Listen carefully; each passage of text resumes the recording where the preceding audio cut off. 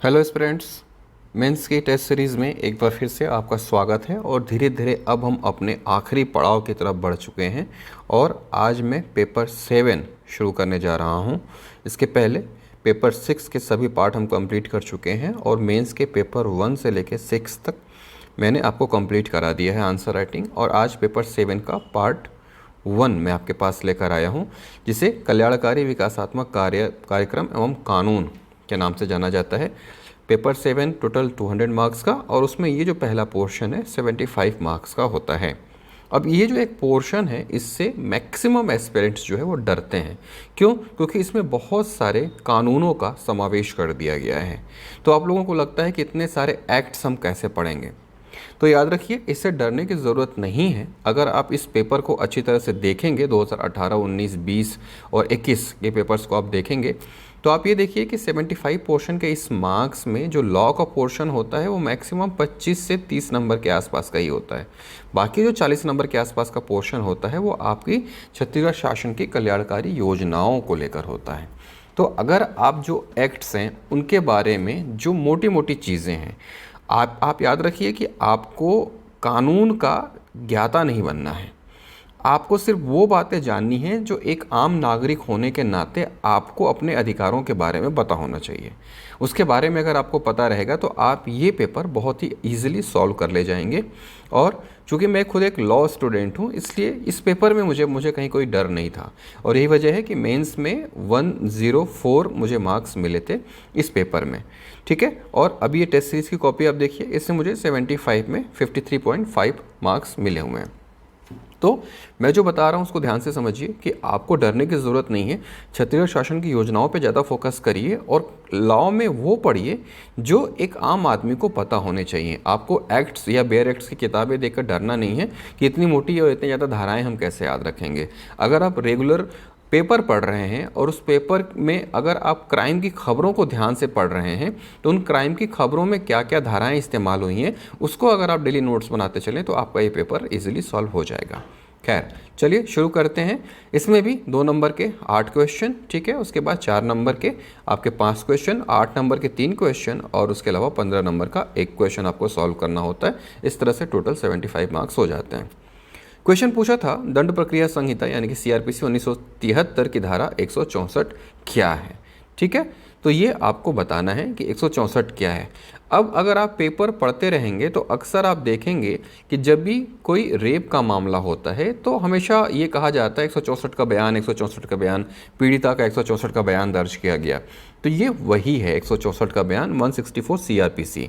धारा 164 पीड़ित या साक्षी का मजिस्ट्रेट के समक्ष बयान दर्ज कराने से संबंधित है। इसमें बयान दर्ज कराना साक्षी या पीड़ित हेतु बाध्यकारी नहीं है। गलत बयान दर्ज करने पर यह पीड़ित या साक्षी के विरुद्ध इस्तेमाल किया जा सकता है। तो ये एक छोटा सा इसका 3 लाइन का बस एक इसका पूरी जानकारी है और इसको लिखना ही बहुत मुश्किल लगता है अगर आपको इसके बारे में पता नहीं है।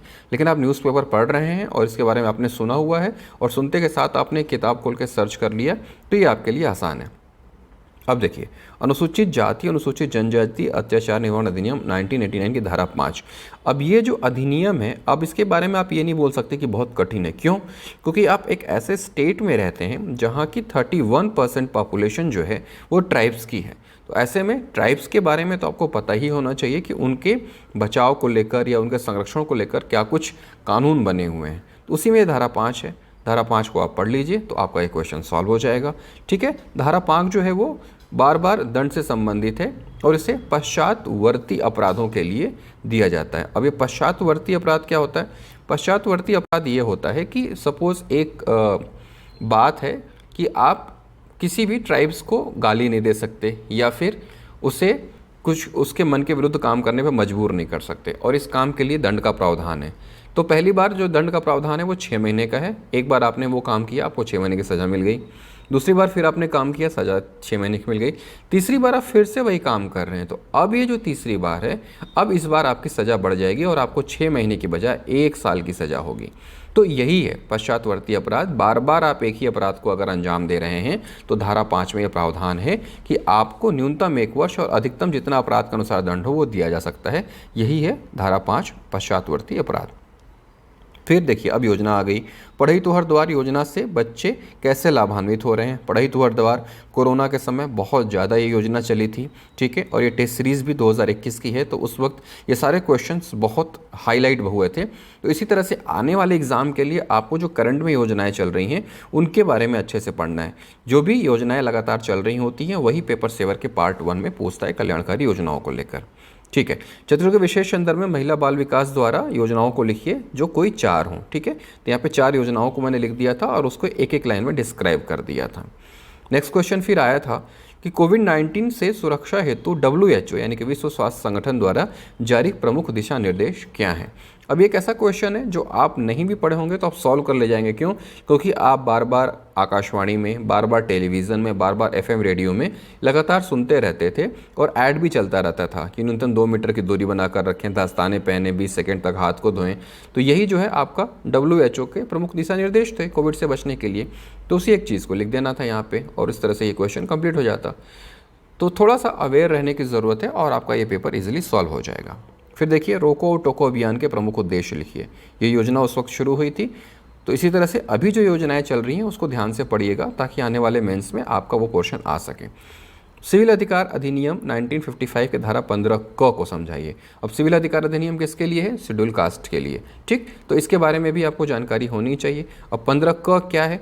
15 ये है कि पीड़ित या साक्षी के हितों से संबंधित है। अब याद रखिए यही क्वेश्चन 2018 में मेरे ख्याल से 15 नंबर के आसपास में ये क्वेश्चन पूछा था, ठीक है। और बहुत सारे मार्केट की जो किताबें हैं या गाइड हैं उसमें इस एक धारा के बारे में जानकारी ही नहीं दिया हुआ है।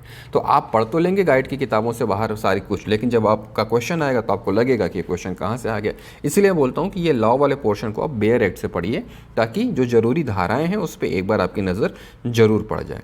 धारा 15 क के अंतर्गत राज्य का कर्तव्य है कि वो पीड़ित को सुविधाएं उपलब्ध कराए, आवश्यक होने पर अधिकारियों की उपलब्धता सुनिश्चित करे और त्वरित सुनवाई हेतु विशेष न्यायाधीश की नियुक्ति करे तथा पीड़ितों को सुरक्षा प्रदान करे। ये है 15 क, ठीक है, पीड़ित या साक्षी के हितों से संबंधित। आगे देखिए भारतीय दंड संहिता के अंतर्गत 1860 के अंतर्गत महिला सुरक्षा हेतु धारा 366A को समझाइए। भारतीय दंड संहिता IPC, ठीक है, इंडियन पिनल कोड।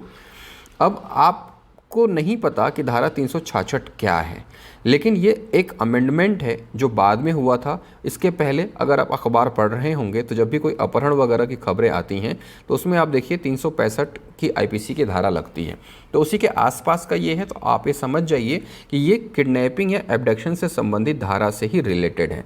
आपको नहीं भी याद आ रहा है तो भी आप किडनैपिंग के बारे में थोड़ा सा लिख सकते हैं, लेकिन यहाँ पे थोड़ा सा डिटेल होना जरूरी है तभी आपको पूरे मार्क्स मिलेंगे। अब 366A क्या है? अमेंडमेंट है। तो ये अमेंडमेंट में क्या है? 10 साल का है सजा या फिर जुर्माना, और ऐसे व्यक्ति के लिए है जो 18 साल से कम उम्र की महिला को जबरदस्ती दूसरे के साथ शारीरिक संपर्क बनाने के लिए दबाव डालता है और उस महिला को देह व्यापार में ढकेलता है। तो ऐसे व्यक्ति के लिए 10 वर्ष की सजा का प्रावधान है और इसके लिए कहाँ दिया हुआ है? IPC के सेक्शन 366A में। तो जब आप अपहरण के बारे में पढ़ेंगे तो उसके साथ साथ इन सारी चीज़ों को भी पढ़ लेंगे। तो महिलाओं के ऊपर जो अत्याचार है IPC में और CRPC में उसके बारे में प्रावधान है। तो महिलाओं से संबंधित अत्याचार के प्रावधानों को आप जरूर पढ़िएगा, इससे आपका पूरा का पूरा पोर्शन जो है वो कंप्लीट हो जाएगा। ठीक है, नेक्स्ट देखते हैं मानव अधिकार संरक्षण अधिनियम 1993 की धारा 4, मानव अधिकार संरक्षण अधिनियम। ठीक है, अब इसको तो आपको पढ़ना ही है क्योंकि ये बहुत ही इंपॉर्टेंट है। अब धारा 4 को आपको समझाना है। धारा 4 क्या है भाई? धारा 4 ये है कि इसमें अध्यक्ष और सदस्यों की नियुक्ति कैसे होती है उससे संबंधित प्रावधान है धारा 4 में। ठीक, धारा 4 के तहत राष्ट्रीय मानवाधिकार आयोग के अध्यक्ष और सदस्यों की नियुक्ति राष्ट्रपति करेंगे और यह नियुक्ति एक समिति की सिफारिश पर होगी। समिति के अध्यक्ष प्रधानमंत्री होंगे। समिति में लोकसभा के अध्यक्ष, लोकसभा के विपक्ष के नेता, भारत के गृह मंत्री, राज्यसभा के उपसभापति और राज्यसभा में विपक्ष के नेता शामिल होंगे। यही है आपकी धारा 4। इस तरह से आपने लिख दिया और यहाँ पे देखिए 3 आउट ऑफ 4 मार्क्स मिले हुए हैं। फिर से योजना आ गई, छत्तीसगढ़ महतारी दुलार योजना को समझाइए। अब 4 नंबर में क्वेश्चन पूछा हुआ, स्पेस थोड़ा सा आपका ज़्यादा है तो आप हेडिंग डालकर लिख सकते हैं। उद्देश्य, प्रावधान और लाभ, ये मैंने देखिए 3 अलग अलग हेडिंग डाली है। उद्देश्य भी डाला, प्रावधान भी डाला, लाभ भी डाला और बदले में मुझे मिले 3 मार्क्स आउट ऑफ 4। तो इसी तरह से आप इस योजना को पढ़िए। आने वाली योजनाएँ जो भी शुरू हो गई हैं उनको पढ़िए, ये आपके पेपर 7 में बहुत ही काम आएंगे। नेक्स्ट क्वेश्चन देखिए, उपभोक्ता संरक्षण अधिनियम 1986 के तहत उपभोक्ता के अधिकार व उत्तरदायित्व लिखिए। अब ये क्वेश्चन को आपको बहुत ज़्यादा पढ़ने की ज़रूरत नहीं है, क्योंकि मैं, आप, हम सभी एक उपभोक्ता हैं और उस उपभोक्ता के अधिकार हमारे क्या हैं और हमारे दायित्व क्या हैं ये हमको पता होना ही चाहिए। तो इसी को आपको लिखना है। हाँ, अगर आप थोड़ा सा डिटेल पढ़ लेते हैं तो आप यहाँ धाराओं का जिक्र पढ़ लेंगे और धाराओं का जिक्र कर लेंगे तो मार्क्स आपके बढ़ने के संभावनाएं हैं। जैसे कि मैंने डाल दिया था कि अधिनियम की धारा 3, अधिनियम की धारा 6 तथा अधिनियम की धारा 8 के अंतर्गत सरकार को सुझाव देना, ये जो है काम है, उपभोक्ता का अधिकार है। और उत्तरदायित्व क्या क्या है फिर मैंने डाल दिए 28, 42, 55 के अंतर्गत जिला, राज्य या राष्ट्रीय स्तर पर प्रतिवाद दाखिल करना। आपने किसी प्रोडक्ट को खरीदा, आपको प्रोडक्ट पसंद नहीं आ रहा है तो आप उस प्रोडक्ट की कंप्लेन कैसे करेंगे या केस फाइल कैसे करेंगे। तो केस फाइल जिन जिन धाराओं के अंतर्गत करेंगे उन धाराओं का उल्लेख यहाँ पे किया हुआ है। ठीक है, मिथ्या विज्ञापन, नकली माल तथा मिलावटी सामान की शिकायत दर्ज करना, ये तो कॉमन सी ही बात है कि एक उपभोक्ता का अधिकार है और उत्तरदायित्व है कि उसे कुछ दिख रहा है गलत सामान बिकता हुआ तो वो उसकी शिकायत करे। तो इस तरह से ये एक पोर्शन यहाँ पे है और आप इसको कंप्लीट कर सकते हैं। नेक्स्ट क्वेश्चन, भ्रष्टाचार निवारण अधिनियम 1988 के प्रमुख प्रावधान लिखिए। आप सरकारी सेवा में आना चाहते हैं, आप अधिकारी बनना चाहते हैं तो जाहिर सी बात है आपसे ईमानदारी की उम्मीद की जाती है, और अगर आपसे ईमानदारी की उम्मीद की जाती है तो आपको पता होना चाहिए कि भ्रष्टाचार क्या है और उस भ्रष्टाचार को दूर करने के लिए क्या कुछ कर सकते हैं। तो ऐसे में भ्रष्टाचार अधिनियम हमको पढ़ना ही पड़ेगा और उसमें क्या क्या प्रावधान है वो पढ़ना पड़ेगा। तो यहाँ मैंने इसको बहुत अच्छे से पढ़ा था, इसलिए मैंने यहाँ पे धारा के अनुसार चीज़ें यहाँ पे डाली हुई हैं। धारा 2, भ्रष्ट आचरण, लोक सेवक, अनुचित कर्तव्य की परिभाषा। धारा 3, मामले की सुनवाई हेतु विशेष न्यायाधीश की नियुक्ति। धारा 13, लोक सेवकों के विरुद्ध शिकायत पर दंड का प्रावधान। धारा 15, लोक सेवकों द्वारा व्यापारी या कारोबारी से लाभ लेने पर दंड। धारा 15, भ्रष्टाचार करने का प्रयत्न भी अपराध की श्रेणी में है। ये एक ऐसा अपराध है जहाँ पे सिर्फ अगर आपने कोशिश की एक काम को करने की तो भी आपको दंड दिया जाएगा, जबकि मैक्सिमम चीज़ों में ये है कि जब तक वो कोशिश सफल ना हो, वो अपराध कंप्लीट ना हो जाए, तब तक दंड का प्रावधान नहीं है। लेकिन यहाँ पे भ्रष्टाचार अधिनियम में प्रयत्न भी अपराध की श्रेणी में है। धारा 27, मामले की अपील हाईकोर्ट में होगी और इसके अंतर्गत संज्ञेय तथा गैर जमानती अपराध होंगे। ठीक है, कॉग्निजेबल एंड नॉन बेलेबल अपराध होंगे। यहाँ मिले हैं मुझे 3 आउट ऑफ 4। नेक्स्ट क्वेश्चन देखिए, मनरेगा का कोविड-19 में राज्य में निष्पादन बताइए। इसका मतलब क्वेश्चन का ये था कि मनरेगा का कोविड-19 में कितना बड़ा सहयोग है, कोविड-19 के दौरान मनरेगा ने क्या कुछ किया है। तो ये मैंने उसी वक्त नए नए आंकड़े आए थे, यहाँ पे मैंने डाल दिया 107% रोजगार मिला था मनरेगा ने छत्तीसगढ़ में। ठीक है, एक रिकॉर्ड कायम किया था छत्तीसगढ़ ने, क्योंकि 16 करोड़ से ज़्यादा रोजगार दिवस यहाँ पे उपलब्ध हुए थे। तो उन सारी चीज़ों को मैंने यहाँ पे डाला है और 4 मुझे मिले हैं 3 नंबर। तो इसका मतलब ये है कि करंट से हमको अवेयर रहना है, करंट के फैक्ट्स को हमको पता रखना है ताकि चीज़ें हम ज़्यादा से ज़्यादा इनपुट कर सकें और हमें अच्छे से अच्छे मार्क्स मिल सकें। नेक्स्ट क्वेश्चन, राजीव गांधी किसान न्याय योजना पर टिप्पणी करते हुए उसके लाभ और हानि बताएं। लाभ और हानि के बारे में पूछा है, मैंने छोटा सा यहाँ पे एक फ्लो चार्ट भी बना दिया है। 8 नंबर का क्वेश्चन है तो स्पेस रहता है अपने पास, तो हम यहाँ पे चाहें तो चित्र, डायग्राम या फ्लो चार्ट बना सकते हैं। 2 हेडिंग डाली है मैंने, योजना से लाभ और योजना से नुकसान। लाभ सभी लोगों को पता है क्या क्या है, नुकसान भी पूछा हुआ है तो नुकसान हमें लिखना है। ठीक है, धान का समर्थन मूल्य ज़्यादा होने से एक ही फसल पर ज़्यादा से ज़्यादा आकर्षण, ये इसका नुकसान है। हालांकि बाद में सरकार ने दूसरी फसलों को भी प्रोत्साहन कर दिया और इनपुट सब्सिडी राशि भी इसमें जारी कर दी थी। दूसरा क्या है, अधिक आमदनी होने से विलासिता की वस्तु पर उपभोग कर रहे हैं किसान और एक ही फसल को बार बार ले रहे हैं। तीसरा, अधिक उत्पादन की आस में बच्चों तथा महिलाओं को भी कृषि कार्य में संलग्न होना पड़ रहा है। ठीक, क्योंकि 2500 रुपये बोनस मिल रहे हैं तो इसलिए ज़्यादा से ज़्यादा लोग क्या कर रहे हैं, धान की फसल ले रहे हैं। धान की फसल ज़्यादा हो इसलिए महिलाओं और बच्चों को भी इसमें इंक्लूड कर दे रहे हैं। ऐसे कंडीशन में बच्चों का स्कूल भी छूट रहा है और उससे ज़्यादा अर्निंग कर रहे हैं, तो वो खेती में और इन्वेस्टमेंट करने की बजाय विलासिता की वस्तुओं पर ज़्यादा उपभोग कर रहे हैं। ये कुछ नुकसान था जिसको मैंने अपने कंक्लूजन में नुकसान में लिखा था। निष्कर्ष में क्या लिखा, वर्तमान में 13 नई फसलों के समावेश से योजना का बेहतर क्रियान्वयन होगा। यहाँ पे मुझे मिले हैं 5 आउट ऑफ 8। तो इस तरह के क्वेश्चंस के लिए तैयार रहिएगा। ज़रूरी नहीं है कि सिर्फ लाभ ही पूछे योजनाओं का, हानि भी पूछ सकता है और हानि किसी भी किताब में लिखा नहीं होगा। ये हानि आपको खुद से समझना होगा। योजना को जब आप पढ़ेंगे, खुद से उसका मंथन करेंगे तो चीज़ों को आपको अपने दिमाग में सोचना होगा कि अगर ऐसा हो रहा है तो और भी उसका दूसरा पहलू क्या हो सकता है। नेक्स्ट क्वेश्चन देखिए 8 नंबर का, कोविड-19 में महिलाओं के प्रमुख प्रयास का वर्णन करें, दो योजना से संबंधित कार्य पद्धति का वर्णन करें। एक तो महिलाओं के प्रमुख प्रयासों के बारे में भी पूछ दिया, दूसरा ये भी बोल दिया कि 2 योजनाओं के बारे में भी बताइए। एक योजना मैंने बताया है महतारी जतन योजना, और दूसरी योजना मैंने बताई है स्वच्छता दीदी के बारे में। और उसके अलावा महिलाओं का प्रमुख प्रयास क्या है ये मैंने लगभग आधे पेज में डाला है, और एक छोटा सा फ्लो चार्ट भी बना दिया है जिसमें मैंने बताया है कि महिलाएं किस रूप में कोविड में काम कर रही थी। ठीक है, आंगनबाड़ी कार्यकर्ता, स्वास्थ्य कार्यकर्ता, बैंक सखी और स्वच्छता दीदी, इस तरह से वो लगातार काम कर रही थी, और इसको लिखने में मुझे मिले 6 आउट ऑफ 8। तो इसी तरह से आप अपने क्वेश्चन को पहले ध्यान से पढ़िए, उसको तोड़िए अलग अलग पार्ट में कि आखिरकार क्या क्या पूछा है, और जिस हिसाब से उसने क्वेश्चन में अलग अलग पार्ट में पूछा है आपको अपने आंसर शीट में भी उसको उतना ही बराबर वेटेज देना पड़ेगा ताकि आपको मार्क्स इक्वल मिलें। अगर ये ऐसा क्वेश्चन है कि प्रमुख प्रयास का वर्णन करें और आपने यहाँ तक प्रमुख प्रयास ही कर दिए और उसके बाद फिर एक एक लाइन में 2 योजना से संबंधित कार्य पद्धति का वर्णन करें, तो हो सकता है कि 8 नंबर में से 4 नंबर इसका और 4 नंबर इसका हो। यहाँ तो 4 में आपको 3 मिल जाएगा, लेकिन यहाँ 4 में 1 ही नंबर मिलेगा। तो इस तरह से आपको बराबर वेटेज देना है। ठीक, नेक्स्ट पढ़ते हैं, छत्तीसगढ़ शासन द्वारा कोविड अनुरूप कुपोषण मृत्यु प्रयास हेतु वर्णन करें। कोविड में किस तरह से सरकार ने कुपोषण के लिए मुक्ति करने के लिए प्रयास किया वो पूछा है। ठीक, देखिए सबसे पहले तो लगातार उल्लेखनीय कार्य किया था और डोर टू डोर राशन वितरित हुआ था। अगर आपको याद हो तो कॉपी उस वक्त की है, इसलिए कोविड से रिलेटेड क्वेश्चंस ज़्यादा हैं। डोर टू डोर राशन जो है छत्तीसगढ़ शासन ने बांटे थे, जिसकी वजह से लोगों को घर पे राशन मिला था और कुपोषण की जो दिक्कत है वो दूर हुई थी। अब शासन का प्रयास क्या है ये मैंने एक फ्लो चार्ट के माध्यम से यहाँ पे बता दिया है। घर घर सूखा राशन, पीडीएस की दुकानें खुली थीं, दाई दीदी क्लिनिक, महतारी जतन योजना, निःशुल्क स्वास्थ्य सुविधाएं, ये सब कोविड में लगातार सरकार ने प्रयास किया, जिसकी वजह से कुपोषण में बहुत राहत मिली और लोगों में कुपोषण में कमी हुई है। निष्कर्ष भी मैंने लिखा है, शासन के प्रयासों का परिणाम है कि कोविड के दौर में भी छत्तीसगढ़ में कुपोषण की दर में 13.9% की कमी आई है। अब ये आंकड़े लगातार जब आप करंट अफेयर पढ़ते रहेंगे तो आपको पता रहेंगे, और इन आंकड़ों का चाहे आप ऐसे में चाहे इस तरह के आंसर में इस्तेमाल कर सकते हैं। ठीक, ज़्यादातर मैंने पॉइंट वाइज ही लिखा हुआ है ताकि एग्जामिनर को ये पता रहे कि मुझे एग्जैक्टली आंसर पता है, इसलिए मैं इनको पॉइंट्स में लिख रहा हूँ, और जो भी चीज़ें इंपॉर्टेंट कीवर्ड्स हैं वहाँ पर मैंने उनको अंडरलाइन भी किया हुआ है। तो आप भी इस तरह से अपने आंसर लिखिए, और जो भी चीज़ें लगे कि आपके आंसर में ये कीवर्ड इंपॉर्टेंट है उसको अंडरलाइन जरूर करिए।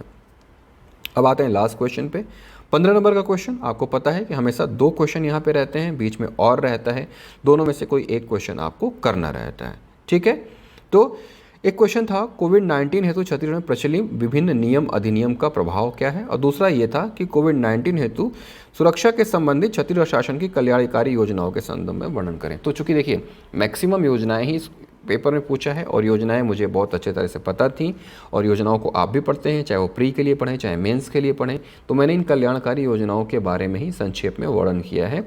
यहाँ पे अलग से मैंने पॉइंट वाइज सारी चीज़ें डाली हैं। देखिए, छत्तीसगढ़ शासन ने कोविड-19 की सुरक्षा हेतु आर्थिक, सामाजिक तथा कल्याणकारी क्षेत्र में अनेक योजनाओं का प्रतिपादन किया है। सर्वप्रथम खूबचंद बघेल स्वास्थ्य योजना, खूबचंद बघेल स्वास्थ्य योजना को मैंने अंडरलाइन कर दिया। 56 लाख गरीब परिवारों, 9 लाख एपीएल परिवारों का इलाज निःशुल्क घोषित किया। मुख्यमंत्री विशेष स्वास्थ्य योजना के माध्यम से जरूरतमंदों को 20 लाख रुपये तक की आर्थिक मदद देकर लोगों की जान बचाई। समय तथा आवश्यकता अनुसार प्रदेश की 1.5 करोड़ युवा जनता हेतु 1000 करोड़ का आर्थिक बोझ उठाकर टीकाकरण निःशुल्क घोषित किया। छत्तीसगढ़ सरकार की उस वक्त ये बड़ी घोषणा थी जब केंद्र सरकार से ये बोला जा रहा था कि टीकाकरण के पैसे लगेंगे। रोको टोको अभियान से घर घर जाकर आम लोगों की सुरक्षा हेतु सावधान किया गया। हाट बाजारों में स्वास्थ्य शिविर के लिए लोगों की कोविड जांच कराई। प्रदेश में सभी जिला अस्पतालों में आपातकालीन कोविड अस्पतालों की स्थापना कराई। मनरेगा के तहत प्रत्येक इच्छुक व्यक्ति को रोजगार, घर घर जाकर सूखा राशन का वितरण, कोविड संक्रमित लोगों के लिए निःशुल्क दवा तथा टेलीफोनिक उपचार की व्यवस्था। निष्कर्ष लास्ट में मैंने डाला है, जो मैं आपसे कहता हूं कि 8 नंबर और 15 नंबर के क्वेश्चन में जरूर डालिएगा। छत्तीसगढ़ शासन की सावधानी का नतीजा है कि यहाँ पॉजिटिविटी रेट तेजी से कम हो रही है तथा संक्रमण के ठीक होने वालों का दर भी लगभग 87% है। यानी कि जो संक्रमित हो गए थे वो ठीक हो रहे हैं। 100 लोग संक्रमित हुए तो 87 लोग उसमें से ठीक हो जा रहे हैं। एक छोटा सा मैंने फ्लोचार्ट बनाया है। छत्तीसगढ़ शासन की कल्याणकारी योजनाएं कौन कौन सी? निःशुल्क टीकाकरण, खूबचंद बघेल स्वास्थ्य योजना, मुख्यमंत्री विशेष स्वास्थ्य योजना, मुख्यमंत्री हाट बाजार क्लिनिक, मनरेगा, रोको टोको अभियान। ठीक है, यहाँ पे मुझे मिले हैं 9 आउट ऑफ 15, जो कि अच्छे मार्क्स कहे जा सकते हैं। तो इस तरह से आप भी अपने आंसर्स लिखिए प्रैक्टिस करते रहिए। देखिए सीधे मेंस में जाके अगर आप सोच रहे हैं कि आंसर लिखेंगे तो ये आपकी बहुत बड़ी गलतफहमी है। आपको अपने आंसर प्रैक्टिस पहले से ही करने होंगे। आप डेली 1 से 2 घंटा लिखने की कोशिश करिए। इसके अलावा जब आप प्री दे दें तो उसके बाद मेंस की टेस्ट सीरीज ज़रूर ज्वाइन कर लें। ये इंतज़ार किए बिना कि प्री आपका क्लियर होगा या नहीं। आज नहीं तो कल आपको मेंस लिखना है, तो क्यों नहीं उसकी तैयारी आप पहले से ही करके रखें। लास्ट में एक बार फिर से जिन्होंने भी टेलीग्राम चैनल ज्वाइन नहीं किया वो टेलीग्राम चैनल जरूर ज्वाइन कर लें। यहाँ ऊपर लिखा हुआ है ADJ एस्पिरेंट के नाम से आप डायरेक्ट सर्च कर सकते हैं, या फिर नीचे लिंक में जाके आप सीधे लिंक पे टच करके आप टेलीग्राम ग्रुप में पहुँच जाएंगे, वहाँ जाकर ज्वाइन कर लीजिए। ठीक है, 300 से ज़्यादा एस्पिरेंट्स इस टेलीग्राम में मेरे साथ जुड़े हुए हैं, जो आपस में डिस्कस करते हैं, डिबेट करते हैं, मेरे द्वारा कंटेंट शेयर किया जाता है उसको वो देखते हैं, और क्या कुछ आने वाले क्वेश्चन इंपॉर्टेंट हो सकते हैं वो हम टेलीग्राम ग्रुप में लगातार डिस्कस करते रहते हैं। तो दोस्तों उम्मीद करता हूँ कि ये पेपर 7 का पार्ट 1 थोड़ा सा आपको समझ में आया होगा। बहुत ज़्यादा डरने की ज़रूरत नहीं है इससे। अगर आप अपनी आंखें खुले रखेंगे, अपने दिमाग में फिट कर लेंगे कि आपको मैक्सिमम न्यूज़पेपर का यूज़ करना है, क्राइम की खबरों को देखकर उनसे आपको अपनी किताबों से रिलेट करना है, अपने पेपर से रिलेट करना है, तो आप इस पेपर को इजीली सॉल्व कर ले जाएंगे। छत्तीसगढ़ शासन की योजनाओं को अच्छे से पढ़िए, उसका वेटेज इसमें ज़्यादा रहता है। 75 में तकरीबन 40 नंबर के आसपास आपका शासकीय योजनाओं का वेटेज रहता है। तो इस तरह से आप इस एक पोर्शन को बहुत अच्छे से सॉल्व कर ले सकते हैं और आप 100+ स्कोर बहुत इजीली इस पेपर में कर सकते हैं। तो पेपर 7 के पार्ट 1 में बस इतना ही। पेपर 7 का पार्ट 2 लेकर जल्दी ही आपके पास आऊँगा। तब तक आप लगातार पढ़ते रहिए, और समय अब धीरे धीरे नोटिफिकेशन की तरफ आता जा रहा है, तो अब समय मत गंवाइए। अगर आपने अभी तक पढ़ना शुरू नहीं किया है तो अब पढ़ना शुरू कर दीजिए। फिर मिलेंगे। जय हिंद।